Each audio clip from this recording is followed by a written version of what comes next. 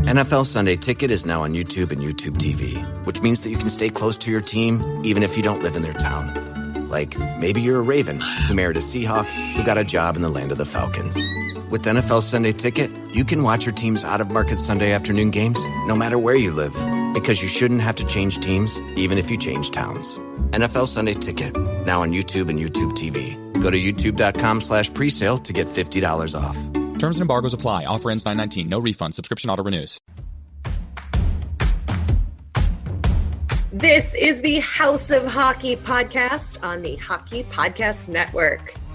Hockey is more than a game. It's a lifestyle. It's you, the diehard supportive fans, your favorite players who are on the team you cheer for, and the organization who supports them.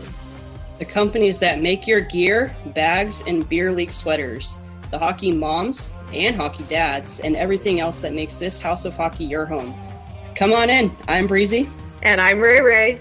And this is our house. So how does it feel to be in the presence of a 4.0 student? Oh, bravo. I thought you had a gun. Holy crap. No, it does kind of look like a gun, the cast on my hand. I know, it's horrible. Oh, that's funny. Well, I am so proud of you, Breezy 4.0. How does it feel to be in the presence of a COVID survivor and hand sprain victim this week? Oh, man. I am so proud of you that you made it out. Okay, yay. Well, welcome everybody to the House of Hockey podcast, episode 112. I'm tired of figuring out if you're supposed to say 112, 112. Is there an and or is there not an and? When do we retire the have to announce what episode it is? Never. Okay. Never, my 4.0 student. Okay. I'm Breezy, one of your hosts. And I'm your other host, Rae Rae, in case I didn't say that because I can't remember anything anymore. Playoff hockey is the only thing that's gotten me through this week. Yeah, I have to agree. It's been a wild ride as far as all those games have gone so far. What do you think? I am loving every minute of it. I am surprised at how just about every game is an even series as of when we're recording this, like the sweep ability factor. I think it's only with one team as we're recording. So that's a little surprising. I think in the years past, we've seen quite a few teams in the first round go in with a sweep and an unpredicted sweep. So I think that's unexpected.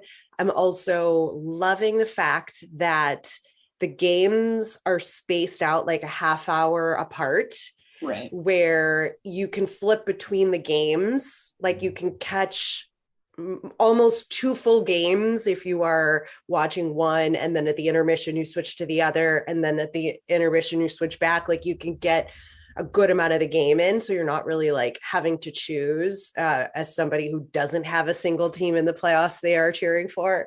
It makes it a little more exciting. So that I'm super thrilled about. How about you? Yeah. I mean, I think it's cool that you're able to catch more than one game and they're not going on at the same time. Like you said, they're staggered. So the only complication is when they go into overtime or in the sake of a triple overtime. It gets a little hard because some games are either delayed or then you want to watch a game, but then you can't get out of this overtime game. So, but that's the beauty of the playoffs, I guess, right? Oh yeah. That triple overtime game with the Penguins and the Rangers was so crazy. And wild. And especially because their backup goalie, Louis Domingo. How do you say it? Domingue. Yeah. He was very busy eating spicy pork and broccoli at one point, which he said might have helped him do good, but also it was a lot. And now they're actually serving that at PPG Paints Arena at one of their stands. Like they're actually like, that is now a menu item you can order, which I think it's just such a brilliant move, and something that hockey does so well is they pick on one thing and it becomes like a running joke throughout the rest of the playoffs. And then the arena integrates it and like makes the fans so happy if they're in the know. Sorry, Duke is like over here just breathing down my neck. Anyway, go ahead. That was me like 2 weeks ago, and my mom's dog was just breathing annoyingly. But yeah, that was super crazy to see. Also, goalies. I want to read this to you. This has been the other biggest headline, I think, in the playoffs. This is crazy. Here are the salaries of goalies starting games in the Stanley Cup playoffs. Husso, $750. Deming, is that how we settled on it? $750. Ingram, $750. Kochetkov, $842. That's also an incredible story of him getting put into the game. Swayman, $925, and Odinger, $925. That's bananas, considering we pay, like, on most of those teams, 2 goalies sometimes like $4.5 to $5 million a year, and this is what we have going in the playoffs this year. But that's what's so amazing about Stanley Cup hockey, playoff hockey, is that like anything can happen. And this is insane. And I don't know the last time, at least in my recent history of following hockey, that this has been the case where we've got like backup on backup minor league goalies starting games in the Stanley Cup playoffs and like actually doing a pretty good job. Yeah, I would say they're doing a really good job. And keeping it on the whole goalie thing, 2 goalies that do make a lot of money have been floppy Joes. And I've been so triggered over it. And I know I probably should let it go. And our opinions, we've already discussed that don't matter, but we get paid to do this. So I'm going to put my opinion out there. Mike Smith, did you not see that clip? I gave you the clip. I don't know if anybody watched the Oilers and Kings game when Mike Smith basically threw himself backwards after like barely getting hit. Yes. I was like, this is not the NBA. Calm down, floppy. This is not Major League Soccer either. It was like, are you freaking kidding me? Like, it barely even happened. Cody Ceci barely pushed Athanasiou into him. And I'm sorry. I was just like, are you freaking kidding me? Yep. And Igor Shesterkin had a similar moment too in one of the games. Oh my God, that was okay. Yeah. So he ended up coming from back around the net and like lifted his foot up and around in such a way to, not that he was like tripping Jeff Carter, but I think he was trying to make contact in some way or form, right? To draw a penalty, which he clearly successfully did. But this kid could have won a freaking Oscar. I was going to say Oscar, because he not only initiated it, he barely got hit by Jeff Carter. Jeff Carter was in momentum, like going for it. He wasn't going after that guy. And he flips around and starts grabbing his back and rolling back and forth on the ice, right? And then gets up like nothing happened. Mm-hmm. Are you kidding me? There's like, where's the penalty for that? What's that penalty? That's like being a total pussy on the ice penalty.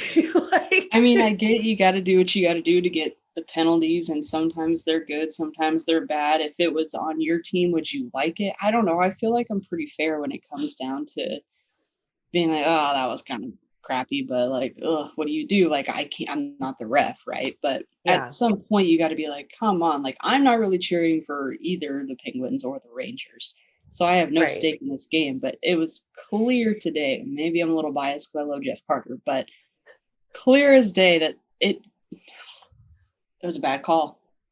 Did the refs call the penalty on Carter for that, right? On Carter, yeah. I think Carter was the only one that got it. I was triggered. I left the room. Oh God, this is serious, everybody. This is very serious. Yeah, it's bullshit. Come on. You can't, like, this league is not soft. It's like, definitely people would argue that it's gotten way softer in the last few years. So we don't need any more of this kind of behavior in our game and in our league. So let's just put a stop to that right now. You should go have a talk with Igor and let him know how you feel. We should send him this clip. Also, the goalie things that I have loved was from, I think it's Kochetkov. He had zero problem fighting Brad Marchand. Did you see? They went like bitch slapping sticks at each other at one point. Like Marchie got like the goalie had come out of the paint just a little bit to like clear the puck, but Brad was there and he like whipped his stick and hit the goalie, and then the goalie slapped Marchie back, and then he like hit him again, and then the goalie like full on like pushed him. And I was like, I fucking love this guy. He's my new favorite player. He has the goalie going up against Marchie. Like you don't like typically see that. Like you'll see them maybe like push back a little bit, like right if they're like in your paint, but to like full on fight him and have nothing to care about it whatsoever, because he knows he's not going to get the penalty because he's the goalie. Right. That was brilliant. And the other funny thing was, so he's Russian, Kochetkov. I hope I'm saying it right, guys. Couldn't tell. I'm pretty sure he's Russian, and he speaks like almost no English, like very little English. Okay. And so when he was put into the first game that he was in, he was having an issue with his blade or his skate, and he had to skate over to the bench, but like he couldn't express what was wrong. And so they had to yell down the bench to Svechnikov to see like what he was trying to say, like what was wrong with him. Which like, I just can't even imagine. Like, okay, you're a backup goalie. You have been playing in the KHL for a long time. You just came over to the US. You're in this minor league system, and then you don't speak any English. You're all of a sudden thrown into a Stanley Cup playoff game, which is like a huge deal. There's something wrong with your skate and you can't communicate what's like even going on. It's just a great game, but like they figured it out. They just like yelled down the bench, like Svech, we need, translate, please. Stop it, Alex. I'm not talking to you right now. This is not about Alex the dog. This is about Kochetkov. Oh man, I love dogs that have like human names. Yeah. I'm sorry. Alexander. Oh my God. I was watching a TikTok video the other day, and someone asked their like, I think it was second grade students to name their puppy, and someone named it Craig. That's Craig. A great name. Like from Craig. Southern Charm. Yeah. Anyway, man, that's funny. You'll love to see it. I love all of these storylines that are happening, like these subplots that are going on that get brought out, and I love to see it. Like I love to see it. It's the best. It's the best. It's funny too, because I feel like there's so much that goes into it that they're showing more of. I particularly think that they're showing more of. I mean, we saw I don't know if you saw it. I think I might have sent it to you, but the Avs apparently tried to troll the Preds for morning skate and left the 7-2 score up on the Jumbotron. Oh my God. And I was like sitting there thinking, I was like, that's pretty clever, because like it could be like a troll, like a jab, right? Like, you guys better practice, or it could have been motivating for the Preds. And the Preds did come out good. They did lose their second game, so it's 2-0 right now. But it's funny how so that was like a troll, I would think. Mm-hmm. Oh yeah. And then I saw somewhere, I don't know if it was true or not, but when the Oilers went out for their morning skate, that apparently they they might have been at Crypto. I think they were at Crypto. The lights weren't on yet, and they wouldn't release any of the goals to like the goalie post up. So it could have been that. It could have also been a troll too. Oh, someone said that they were early, so it could have been that kind of case. I don't know the whole story. So, but it's just funny how I mean, home ice advantage, like you could do whatever you want. Like, is it to your favor or is it not to your favor? Obviously, it didn't work out for either the Preds or the Kings. Or I guess it didn't work out for the Kings, but it definitely worked out for the Avs if they got the win. But Yeah. I just thought that was funny.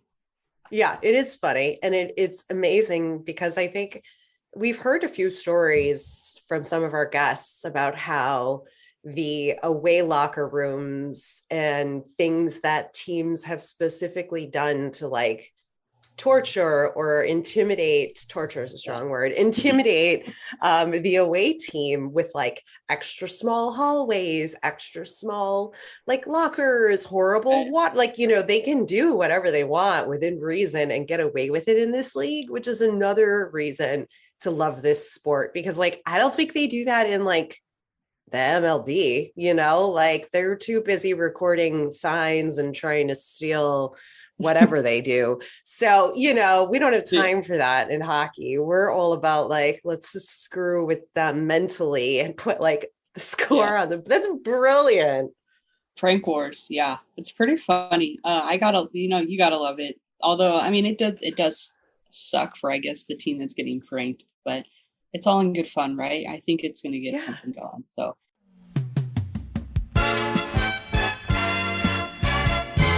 This week's episode of the House of Hockey podcast is brought to you by hockey fans. The pursuit for the Stanley Cup is on, and DraftKings Sportsbook, an official sports betting partner of the NHL, has an unbelievable offer for the most exciting playoffs in sports. Oh yeah. New customers can bet $5 on any team to win and get $100 in free bets no matter what, win or lose. Looking to turn a small bet into a big payday during playoffs? With DraftKings same game parlays, you can do just that. Create your own parlay by combining multiple bets like which team will win, how many goals will be scored, and more. It's your shot at an even bigger payout. DraftKings is safe, secure, and reliable. Best of all, you can deposit and withdraw your cash whenever you want. Download the DraftKings Sportsbook app now. Use promo code THPN. That's THPN for the Hockey Podcast Network. Bet $5 on any NHL team to win and get $100 in free bets no matter what. That's code THPN at DraftKings Sportsbook, an official sports betting partner of the NHL. Minimum age and eligibility restrictions apply. See show notes for details.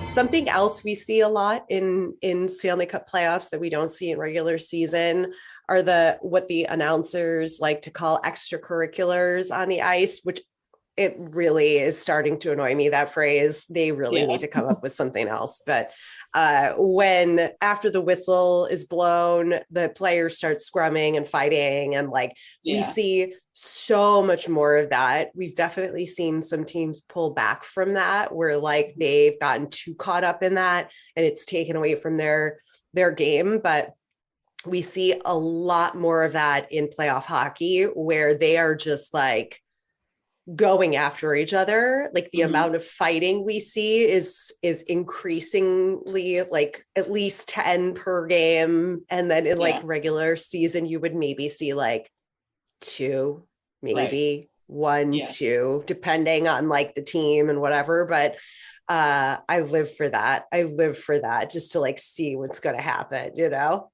Yeah. And I love the penalty box reading the lips, because I feel like they purposely are like showing more like internal penalty box, like of the players going back and forth. So I don't know. This is such a good time of year. It's so good. What would be a better way to describe the extracurricular activities? Like, what's a better word for the announcers? Because if I hear that one more time, I swear, like, oh no, first there's some extracurricular activities on the ice after the whistle's been blown. Like, really? Okay, guys. God, it's you know what it is for me? It's some of the ESPN announcers. Yeah. Bucci should call every single game, because he's got like the passion and the fire that you want to hear. And he has like the hockey lingo that he puts out there. Like he's got a couple of phrases too that he repeats a little bit that I can't stand, but I'd rather listen to Bucci call a game with AJ Mleczko like any day of the week than half of those other guys that I can't even name because they're just so boring and dreadful to listen to. I really wish they would work with some of the team's announcers to have them like up in the box. And like you have the color guy should be a color guy from the one team, and then the play-by-play guy is from the other team. So then it's fair and balanced. And, you know, you can't bitch and moan that the broadcasters are being like one-sided or whatever, favorable. But God, it's just like dreadful to listen to some of these guys. Like, oh my God, what, like, could you sound a little more excited? This is like crazy good, you know? So anyway, that's my rant on that. Any other thoughts on a new word for extracurriculars on the ice? Hey, I really don't know. You kind of keep me on my toes on that one. I have no idea what to say. Like something on the playground, like I'd say like going on a recess break. I watch a lot of Survivor, so like I'm immediately thinking of like going to the water hole, you know? There you go. That's good. Going to the water hole. We're going to the water hole, folks. There's going to the water hole. So water hole of elephants on the ice taking their tusks to one another. Yeah. Too funny. Whatever, that would be funnier than whatever the hell they're saying. I can't. It just drives me nuts. Does it drive you as nuts as it drives me? Yeah, there's the broadcasters. There's certain things that get me. It's probably really petty or like really stupid for me to say this, but like there's a single word that like every broadcaster is using, and I don't remember this word being used like more like any time other than the last like 4 or 5 years, right? But when they say it caroms off the boards, it irks me so much. I hate the word carom. What are you saying? You know, when they're like, oh, you know, the puck caromed off the boards. Careened? No, they say carom. Oh, I don't know why. No, I don't know. Isn't it careened? Careened. No. Careened. Well, I don't think so. No? Okay. Caroms off the boards. And I'm like, maybe I'm just being maybe are they saying right it carries off the boards? No, caroms off the boards. I don't like that word either. I don't like it either. I don't know. Gotta ask Andy about it. I think Andy said it too. Did he really? I think Andy has said it. All right, we'll have to check in with our play-by-play and Andy Zilch, friend of the pod, who is the play-by-play announcer for the San Diego Gulls. I'll ask him because and speaking of Andy, that's funny you brought him up. There is one announcer on ESPN that sounds like Andy. And I thought it was Andy, like it's his voice, like the tone of the voice was so similar. Yeah. The calling was not, but I was like, Andy? He would have told us. Yeah. Speaking of friends of the pod, I was watching the Leafs and Lightning game last night, and I heard Greg in the audience, and I was like, that's my boy Greg. Like through the broadcast, you heard Greg? Yeah, I did, yeah. I heard Greg. It was love it. I think it was after a whistle, and all I heard was, all right, Bolts fans, let's go. Your highlight of the week, Breezy. My highlight that had you giggling before we even started the pod. It's because I watched the video again. Darrly Sutter, that guy will forever have a little piece of my heart for what he did for the Kings, but his post-game interviews always get me. I feel like he's just so funny and without trying to be funny. And he was talking about my boy Matthew Tkachuk, and they were talking about him, Matthew kind of getting into a little something, and they're like, is that something you don't want to see? And Sutter goes, no, I do want to see that. We'll have to share the clip for you, but it had me giggling. Oh my God, he's so mumbly and like monotone. And I had to watch it a couple times because like thank God they put captions on this too. I was like, I don't know what he's saying. I don't even know what is happening here. I'll play the clip. Let me turn this up for everybody. With Matthew Tkachuk getting involved with raffle, is that something you'd rather not see? No, I rather would see it. That was playoffs, Eric. I mean, got a little confrontation. I got like every other word of what he said. Like I got every other word. I got confrontation. I would. And like that was all I got. But could you imagine that guy like trying to yell your name down the bench? Like, how would you be able to make out your name? I love it. I don't know. A few episodes ago when we were talking about, Toffoli getting traded to the Flames, and I would have to get like Toffoli jersey. I just got to stick with, my trend here. I don't know if I could get a Toffoli jersey over a Kachuk jersey at this point.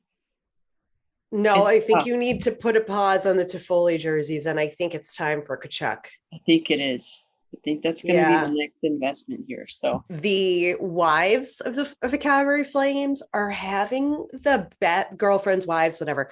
Yeah, having the best time of their life in playoff hockey. Did you see them act like Jack Sparrow walking down the red carpet? There was like a red carpet out of the locker room or wherever they were. There's this, I think it's on NHL set too. They had the Pirates of the Caribbean music, the that like theme song. And they're all like trying to walk like Jack Sparrow, who's just a complete spaz. And it is the funniest thing. And then one of the wives at the end kneels down like Captain Morgan and pulls out a bottle of Captain Morgan and takes a chug. Flipping hockey wives and girlfriends are the best. Are you kidding me? God, this sport is just the best. I hate all the other sports. I hate all the other sports. All the other people who talk about all the other sports are the best. They're not. You suck. Get into hockey. You're like so missing out. And I have to say, I'm kind of surprised. I feel like the Flames Stars matchup, I feel like it's such a low scoring game compared to like the two teams, especially the Flames, because I mean I had them as making it pretty far all the way. If I probably jinxed it, but that series is so surprising to me. And yes, please send me that clip because I love it. Because obviously Foley's there. I'm sure Kat was a part of that. And you got to figure you still have Toffoli, Luch, and Lewis. They were all in the Kings together. They're all like three really good friends. So yeah, I saw this headline come out and it said that the Panthers captain, Alex Barkov, is going to continue to donate $1,600 per goal and $800 per assist to the JDC hospitals during the playoffs. And over his entire regular season, he had 39 goals and 49 assists. So his total donation amount for the regular season was $101,600, which is crazy. That's amazing. So, I mean, he's obviously up for some awards there, but for him to do that, and like, it's not like I just read about this. And I hadn't heard it long. So I had no idea. Yeah, and Barkov's always, I mean, he's always been kind of a more quiet kind of guy, but I definitely think that should be mentioned more often, and it's just really cool. And I think it, I'm definitely cheering for him to keep scoring goals and keep getting assists. So hopefully he can continue to do that. Yes. I think the last thought I had about the goalie topic specifically. Sorry, guys, I'm a little all over the place. This is the first day I've actually felt like semi like a human being in the last week between a busted hand, that my cast looks like I'm holding a gun. I am not, and getting over COVID. I think what's going to be interesting to see with all of these teams moving forward with their goalies, most of them not being the starting goalie, if that's really going to make a difference in a team being able to advance in the playoffs. Like, we're really going to see just how important a starting goalie is or isn't, and how well a backup goalie really can be. And I would argue that it's not going to make that much of a difference. What do you think? Yeah, I mean, I think when it comes to playoffs, every team is going to play hard. And I think you have to think of each other as one of your normal, starting lineup kind of guys, right? There are so many backup goalies, and I think that teams are afraid to use their backup goalies. And there's teams like the Kings where Jonathan Quick, he's been the only starter for playoff games over the last, I think they said like 16 seasons or something like that, whatever it was. But he's obviously struggling. Like, you have to have your backup come in, and you can't play the same goalie all 16 games that you're going to have to win, right? So I don't think it's going to matter. I think that they all need to play for one another. And I think you're going to see some star power come out from some unknown names. Oh yeah. I mean, if you just look at like numbers wise, how many more goalies there are that are super talented just in like a general pool of people, right? Because there's only 2 spots for them on the roster, Right. that you've like there, you're bound to have somebody who's just as talented, maybe not, Right. star quality, whatever, but just because of ice time and not having the playing time and the playing experience. But I don't think that makes them any less qualified to be there and carry the team. I do think there is something to be said for experience in those high pressure situations, but we've also seen hockey players they just get in there and they get it done because they know they have the support of the team. And at the end of the day, that's what it's about, baby. And I think a perfect example of this would be for the Preds. Saros is out right now. He suffered an injury the last season, or the last game of the season. So you have Riddick, who is the backup goalie, and then you have Ingram, who is brought up from obviously the AHL. Riddick let in 5 goals in the first period of the first game. Ingram came up, right? Ingram started the second game. Preds played really well. Right. So should he really be the backup goalie and not Riddick? But they're both really good, but this could be Ingram's time to shine.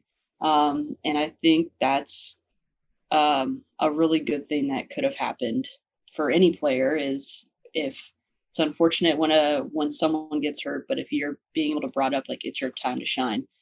Again, Sean Durzi from the Kings. Doughty came out. Durzi comes in. In my personal opinion, I think Durzi's just as good as Drew Doughty, and you wouldn't have been able to see it if Doughty was out. Yeah. Yep. It's an opportunity for some of these stars that are waiting in the wings to show off what they can really do and prove themselves, which comes with a lot of pressure. But I do think that they tend to thrive pretty well, especially just given the nature of this game and how everybody is sort of team first and supportive of one another, at least from what we see on the outside. I'm sure not all the teams are as supportive, but and I would come venture in to during guess playoff time. It's crazy, crazy, crazy, and the travel and the locker rooms before games, after games, whether win or lose, it's there's a lot of energy there. So, are you planning to go to a Kings playoff hockey game? What the fuck? We haven't talked about this. What's wrong with you? I mean, we know people there. What are you doing? Why aren't you going to a game? I don't know. I wasn't able to go on Friday because that was when obviously I worked. I wasn't able to make it down to the game. And then tomorrow, Sunday, it's Mother's Day. I won't be able to make it there either. But if they do come back, Breezy, there's going to be another Mother's Day next year. You love your mother. She knows you love her. I think you can go to the Kings game. We'll see. I don't know. We'll see if I can make it work. But Breezy, when this might not happen again for you as a local. You need to in case, you decide one day you want to move to Nashville or something like that, you can't miss this opportunity. Get your ass to the game and go watch. I can't believe this. I can't believe I am yelling at you to go watch the Kings in the Stanley Cup playoffs. The odds of them advancing are like this good. I'm holding up a 0, guys. Oh, so wow. You need to get your butt down to crypto and go see them play and cheer them on and go see our friends and go say hi to everybody. I'll hook you up with my girl, Alma. She's a good friend and listener of the podcast. Go. Okay. You need to go. Can I get like a guarantee on Mate's life that you're going to do this? Not on Nate's life. I need something strong from you because I feel very strongly about this. You do feel very strongly about it. I know how we feel about big crowds and things like that, but this is important and you're going to be really mad at yourself if you don't go. That is true. That is true. All right. I'll see what I can make work. That sounds really weak to me. I'm sorry. It's like the final week on my other class. We got a lot going on here. That doesn't matter. You got a 4.0, kid. You're fine. You're fine. Your mother would be supportive of you going. You could take her. That would be a great Mother's Day gift. Surprise, Mom. We're going to the Kings game. Breezy. Come on. My. Okay. Thanks for coming over to our House of Hockey podcast and hanging out with us. We'll be back next week with a brand new episode. And in the meantime, you can follow us on social media. Just look for House of Hockey podcast. We'll be back next week.